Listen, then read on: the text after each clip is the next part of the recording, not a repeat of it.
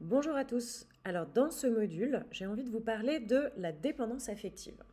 L'idée, c'est que je vous explique un peu ce que c'est, d'où ça vient et ce que ça engendre comme mécanique dans les relations affectives au quotidien.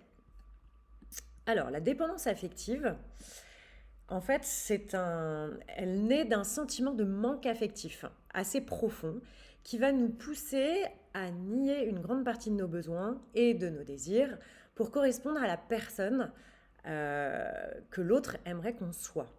Donc, c'est une addiction. La dépendance affective, c'est vraiment une des addictions les plus addictives qui soit, avant la clope, avant le sucre, avant la drogue. Elle est extrêmement fréquente et elle n'est pas très connue. Finalement, quand on parle des addictions, on ne pense pas à la dépendance affective. Alors qu'en fait, c'est une des plus grandes addictions. C'est une addiction parce que c'est une addiction à l'autre. C'est une addiction qui nous rend addicts de l'autre, de ce que l'autre pense de nous, de ce qu'il fait. Ça peut nous créer des pensées obsessionnelles par rapport à l'autre. Et on réagit à un manque. On est en fait comme prisonnier de notre besoin d'amour et on est prêt à tout pour l'obtenir. Et si on l'a obtenu, on est prêt à tout pour ne pas le perdre. Donc c'est un peu comme un drogué qui est en attente désespérée de la visite de son dealer pour lui procurer les substances dont il est devenu addict. Les protagonistes dans la dépendance affective. En général, il y a un dépendant et un codépendant. En vrai, ils sont tous les deux dépendants de l'amour de l'autre, mais ils ne l'expriment pas de la même façon. Souvent, les femmes qui viennent me voir et qui veulent travailler sur la dépendance affective me disent « Ah mais non, mais l'autre, il n'est pas dépendant de moi du tout ». C'est pas forcément vrai. Il n'a pas l'air d'être dépendant, mais assez souvent, il est dépendant. Surtout si la relation est devenue toxique, c'est-à-dire si c'est une relation qui fait du on and off et on se sépare et on revient et on se sépare et on revient. Donc ça, c'est vraiment la mécanique des relations dans la dépendance affective. On a du mal en général, quand on a affaire à un codépendant, on a du mal à se séparer de l'autre parce qu'en fait, il y en a toujours un des deux qui revient. Donc, il y a un dépendant, un codépendant, ils ne l'expriment pas de la même façon. Au même titre que le dealer a besoin du drogué pour gagner sa vie, le dépendant a besoin d'un codépendant. L'un apparaît sous le rôle de victime et l'autre sous le rôle du bourreau. Mais en réalité, ils sont tous les deux victimes de leur peur de manquer. Cette relation n'existerait pas sans l'existence d'une peur. Une peur si profonde et si existentielle qu'en fait, elle nous fait perdre la raison, elle nous fait oublier à petit feu, elle nous fait nous oublier à petit feu dans une relation toxique. La peur existentielle est donc vraiment un élément constitutif de la dépendance affective. Sans cette peur, pas de dépendance. Cette peur, c'est en général la peur de l'abandon. La peur de l'abandon, c'est la peur du manque, c'est la peur du vide, c'est la peur du rien, c'est la peur de la solitude, c'est la peur de la mort, c'est une peur en tout cas qui génère voilà, une grande peur du rien, de finir seul, de manquer, de plus être nourri. Et donc en fait, il va y avoir une mécanique qui se met en place. Pour pouvoir se protéger de cette peur, on va avoir besoin d'être en relation avec quelqu'un, comme si cette relation allait nous protéger de notre peur. Tant que je suis en relation, je ne me confronte pas à la solitude, au rien, au manque que je pourrais ressentir si je n'étais plus avec cette personne. Pour maintenir la relation dont on a besoin avec notre codépendant, en fait, on va mettre en place un certain nombre de stratégies pour garder l'autre sous contrôle. Alors c'est assez drôle, moi je trouve que j'ai bien vécu la dépendance affective et c'est assez drôle de prendre conscience de ces stratégies qu'on met en place pour garder l'autre. On a tous des manœuvres, on a tous appris en fait quand on était petit que pour être aimé par quelqu'un, il faut être gentil, il faut être séduisant, et plaire. Même une petite fille qui va faire sa jolie, sa mignonne, et puis elle va faire fondre son papa. Euh, il faut, alors plus tard, on peut apprendre il faut être successful, par exemple. Si on a un parent qui était successful, eh ben, on peut se dire, ah tiens, si j'ai envie d'être aimé, admiré par tout le monde, il faut que je réussisse très bien dans mon métier. Il faut que je sois présente, parce que quand j'étais petite, j'ai vu que si j'étais plus là pour un de mes parents, eh ben, il m'aimait moins, il avait l'air de moins m'aimer. Donc il y a plein de stratégies, y compris il faut que je sois absente. Et ça, c'est une des stratégies souvent des hommes qui, pour garder l'autre sous leur contrôle, vont jouer le rôle du fuyant. Donc vont plutôt être absents, ils vont mettre de la distance, ils vont pas rappeler, ils vont ghoster. Ils savent qu'en fait, c'est quelque chose qui va rendre l'autre addict et donc qui va le maintenir dans cette relation. Voilà, donc ça va être des stratégies pour contrôler l'autre. Il y a des femmes, par exemple, qui le font justement par le sexe, qui vont assez vite coucher avec l'homme, faire une prestation incroyable au lit pour que l'homme ait vraiment envie de rester avec elle. Bon, sauf qu'au final, elles n'obtiennent pas ce qu'elles veulent, elles finissent par être plus un plan cul qu'une femme qui est vraiment aimée pour ce qu'elle est. Et donc, c'est là que ça devient toxique et un peu humiliant pour la femme. Je vais vous mettre ça en dessin. Je vais vous faire un dessin pour que vous puissiez un peu mieux visualiser ce que c'est que la dépendance affective. Alors, en gros, il y a comme un terrain de foot. Et ce terrain de foot, on pourrait imaginer que c'est un peu le terrain de jeu de notre vie. Donc, dans la vie, j'évolue sur ce terrain. Je ne sais pas si je vais pouvoir vous montrer ça, mais voilà, sur ce rectangle. En gros, moi, vous allez voir, je dessine vraiment hyper bien. À l'issue de ça, vous n'aurez plus peur de me rendre des dessins, parce que c'est vraiment catastrophique. Alors là, je dessine une femme, parce que j'ai une majorité de femmes dans le programme, mais si j'avais des hommes, évidemment, vous pouvez dessiner, imaginez que c'est un homme. Donc moi, je suis là et en fait, j'ai une peur. Dans ma vie, il y a quelque chose qui me fait très peur. C'est comme si il y avait un peu comme un monstre sur mon terrain de jeu, qui est ma peur de l'abandon, ma peur du rien, ma peur d'être seule. Donc, elle est par là. L'idée, c'est que moi, je vais avoir besoin de me protéger de cette peur parce que j'ai pas envie de m'en approcher. C'est un peu comme s'il y avait tout le temps un tigre qui me courait après et j'avais peur qu'il m'attrape. Pour me protéger de cette peur, je vais... je prends le bon stylo. Je vais créer des stratégies pour ne plus être en contact avec cette peur. Comme si je voulais créer un mur sur mon terrain de jeu pour ne pas trop la voir. Et ce que je vais faire pour me sentir bien, c'est que je vais mettre en face de moi un homme. Donc les femmes qui ont un souci avec la dépendance affective, ou les hommes qui ont un souci, vont rarement être seuls. Ils se débrouillent pour être toujours en relation avec quelqu'un. Il y a toujours quelqu'un avec qui ils ont une relation un peu fusionnelle. Ça peut être une relation d'amitié ou une relation amoureuse. Mais les relations d'amitié, dans ces cas-là, seront assez intenses. C'est des gens qu'on aura plusieurs fois par jour au téléphone, on les aura le soir, tout pour ne pas être seul. Il faut qu'il y ait quelqu'un en face de moi. Et donc, je vais créer une relation fusionnelle. Voilà, moi je dessine un peu comme des petites menottes. On va se menotter ensemble. Voilà, c'est pas hyper bien dessiné, mais c'est pas grave. Dans une relation où on va se voir énormément, la relation va être assez forte, c'est toi plus moi, c'est comme, vous savez, les pendentifs qu'on avait quand on était petit avec sa meilleure amie, la pièce coupée en deux, et en fait on les assemble, et c'est comme si toi et moi, en fait, on ne formait qu'un. Du coup, cet autre, il va falloir que je le garde, parce que si je le garde pas, c'est comme si ça allait abolir le mur que j'ai créé et me confronter à ma peur existentielle. Donc, je vais avoir en permanence peur de perdre l'autre. Je vais avoir besoin de le garder. Et comme j'ai besoin de le garder, je serai prête à ce moment-là à nier mes besoins.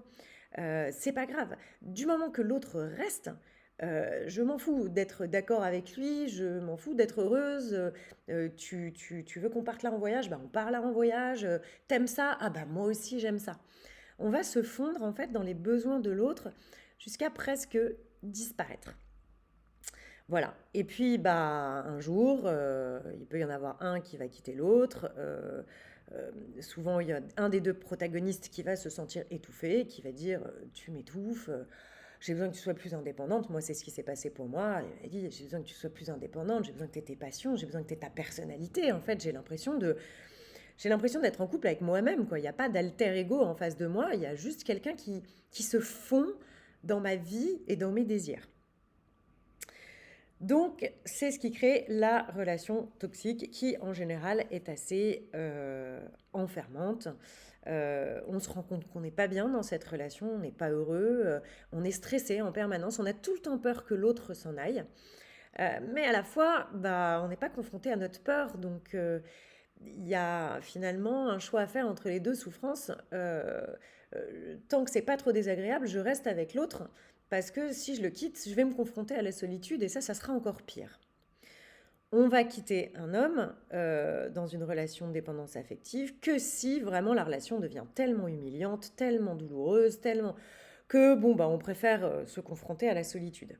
Et c'est évidemment la meilleure chose à faire. C'est à un moment donné de prendre le courage de se séparer de l'autre, de rompre le lien pour dire j'en ai marre, en fait j'ai envie d'exister, j'ai envie d'être moi-même, donc je coupe le lien avec toi, hop.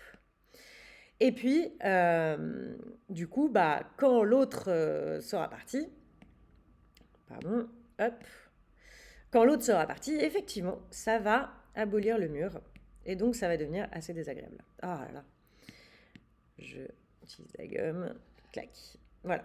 Donc là, c'est ce qui va se passer quand l'autre s'en va. Donc c'est ce qui se passe quand l'autre nous quitte ou c'est ce qui se passe quand on décide de quitter l'autre. Et c'est là qu'on tombe dans des angoisses qui sont super fortes. C'est là que la plupart d'entre vous appellent au secours en disant je viens de me séparer, je ne m'en remets pas, je cours après mon mari, je n'arrive pas à rompre la relation, je veux le récupérer absolument, absolument, absolument. J'étais malheureuse avec lui. Bon, ça, je ne veux pas me le dire parce que je vais idéaliser la relation pour me dire que c'était génial. Alors là, il y a un truc génial, hein, c'est que l'inconscient est vraiment capable d'idéaliser une relation pour qu'on y retourne. Tout ça parce que notre inconscient, ne veut pas se confronter à cette peur qui est trop grande. Donc, comment sortir de la dépendance affective? Bah, en gros, vous l'avez compris à mon avis, c'est assez simple, il faut affronter cette peur. Comment on affronte cette peur? On va l'affronter de deux façons. Moi, en tout cas, dans mon programme, je l'affronte de deux façons. La première façon, bah, c'est de la désensibiliser en hypnose. Parce que l'hypnose est un outil assez fabuleux pour désensibiliser les peurs inconscientes qui sont ancrées, pour pouvoir petit à petit la réduire et qu'elle soit de plus en plus petite. Si elle est plus petite, je vais pouvoir évoluer plus librement sur le terrain de jeu de ma vie, je vais pouvoir commencer à me balader un peu plus, je suis un peu moins dans mon coin, et puis à mettre en face de moi des personnes avec qui je vais avoir une relation, mais qui sera moins fusionnelle, de moins en moins fusionnelle. L'autre ne sera plus essentiel à ma vie, je serai moins stressée dans ma relation. Plus je désensibilise cette peur, plus elle disparaît. La deuxième chose, ça va être aussi de nous confronter à cette peur dans la vraie vie pour voir qu'en fait, on est capable d'être seul, que être seul, ça n'est pas mourir, ça n'est pas tomber dans un puits sans fond. Non, on est capable, en fait, dans la vie, de créer des liens avec plein de personnes qui font qu'on est bien et on est en dépendance avec personne. Donc, je vais aller me chercher des amis. Je vais me créer des passions.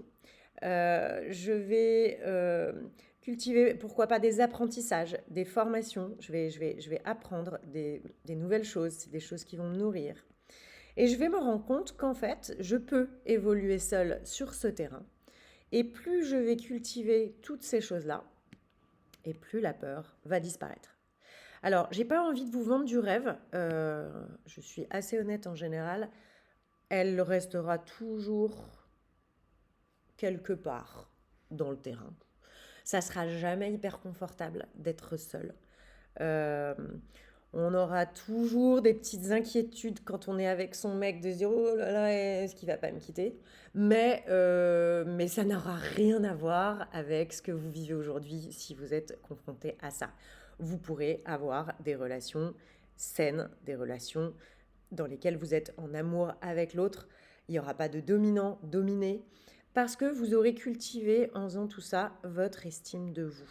Donc évidemment, cultiver l'estime de soi est une des clés pour sortir de la dépendance affective. S'aimer soi, euh, créer autour de soi tout un univers dans lequel on est bien, une jolie bulle de bonheur à soi.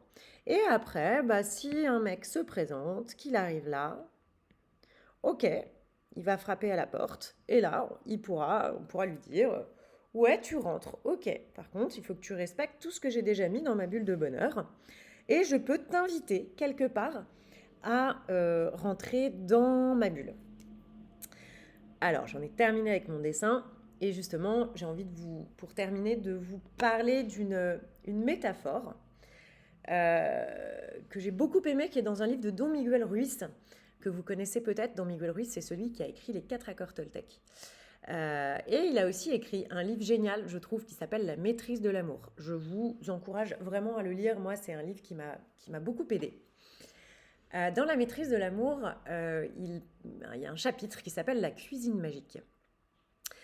Et la cuisine magique, c'est l'histoire d'une femme qui est dans une cuisine. Et cette cuisine, elle est merveilleuse. C'est une cuisine qui est auto-alimentée. C'est-à-dire que tous les jours, elle a un frigo qui est rempli de bons produits. Elle a à l'arrière de sa cuisine un potager dans lequel on fait pousser plein de beaux fruits et légumes, etc. Et elle a une grande table dans sa cuisine à laquelle elle invite tout le temps du monde pour faire des repas qui sont conviviaux, qui sont gais, etc. Et donc elle habite dans sa cuisine magique et un jour vient frapper à la porte un homme. Cet homme, elle ouvre la porte et elle tombe sur un pizzaiolo. Ce pizzaiolo, il tient dans ses mains une boîte de pizza. Il ouvre la boîte et il y a une part de pizza dégueulasse. Et il lui dit « Tu veux de ma pizza ? Moi, j'en ai plein. Et si tu acceptes de prendre ma part de pizza, demain, je t'en apporterai encore et encore. » À ce moment-là, évidemment, qu'est-ce que la femme lui répond ? Mais moi, j'en veux pas de ta pizza pourrie. J'ai pas besoin de ça. Mais viens à ma table. Moi, j'ai des pizzas incroyables, faites maison. Il y a tout ce qu'il faut dessus. J'ai pas besoin de toi. Bon, évidemment, le pizzaiolo s'en va. Et puis, à un moment, arrive une pénurie, une période de disette. Et je sais pas, il y avait une tempête dans le potager, il n'y a plus rien dans le potager, et puis il n'y a plus rien dans le frigo, et puis comme la femme a faim et qu'elle est triste de ne plus avoir son potager, en fait elle déprime, elle est mal, elle est seule dans sa cuisine. Et le pizzaiolo revient, et puis il dit « Tu veux de ma pizza ?» Ah, il dit « Ouais, donne-moi de ta pizza. » C'est très bien. Eh bien, écoute, si tu veux de ma part de pizza, il va falloir que tu fasses tout ce que je te demande. Est-ce que tu es prête à faire tout ce que je te demande ? Ah oui, je vais faire tout ce que tu demandes. Parfait, c'est très bien. Et puis, elle va prendre sa part de pizza et puis tous les jours, elle va attendre son pizzaiolo qui va venir le nourrir et lui apporter un peu de nourriture parce qu'en fait, elle n'a rien à manger, donc elle est très malheureuse. Voilà, ça c'est une métaphore, évidemment, qui raconte bien ce que c'est que la dépendance affective. L'idée, c'est que si ton cœur est vide comme cette cuisine, tu vas avoir besoin d'aller chercher de l'affection, de l'amour, de quoi te nourrir affectivement à l'extérieur. Et tu seras prête à faire tout et n'importe quoi pour obtenir cet amour. Alors que si tu crées ton potager, et je vous en ai parlé, enfin je vous en parle en général dans les premières séances, en vous expliquant qu'on va aller créer un jardin, on va aller euh, labourer la terre, on va aller enlever toutes les mauvaises herbes et puis on va planter des belles fleurs. Bah là, on peut imaginer la même chose avec le potager, c'est-à-dire qu'on va aller planter des beaux légumes. Et ce qui fait que votre cuisine, en fait, elle sera toujours remplie. Et que les gens que vous allez accueillir dans votre cuisine, bah, ce sera des gens avec qui vous avez vraiment envie d'être. Ce sera des gens qui vont respecter votre cuisine, qui vont partager la nourriture avec vous. Ce ne sera pas des gens qui diront oui, je suis là aujourd'hui, mais je ne sais pas si je suis là demain, et puis j'ai peut-être d'autres priorités. Non, en fait, ça sera tellement chouette de partager votre table et votre vie, du coup, qu'ils auront vraiment envie d'être là. Et vous, vous serez épanoui, vous serez heureuse, vous n'aurez plus peur de manquer parce que vous avez votre propre potager, vous avez votre propre cuisine. Voilà, je crois que je vous ai tout dit pour vous expliquer ce que c'est que la dépendance affective et peut-être aussi bah, pour celles qui sont concernées et ceux, bah, le programme, ça va un peu consister à aller créer votre potager. En gros, ça va être ça. Et puis à être capable de dire non au pizzaiolo parce que je n'ai plus peur d'être seule dans ma cuisine. Voilà, je vous souhaite une bonne journée. J'espère que ça vous a plu. Si jamais vous avez des questions, n'hésitez pas sur WhatsApp, vous m'écrivez et je vous réponds. Bonne journée.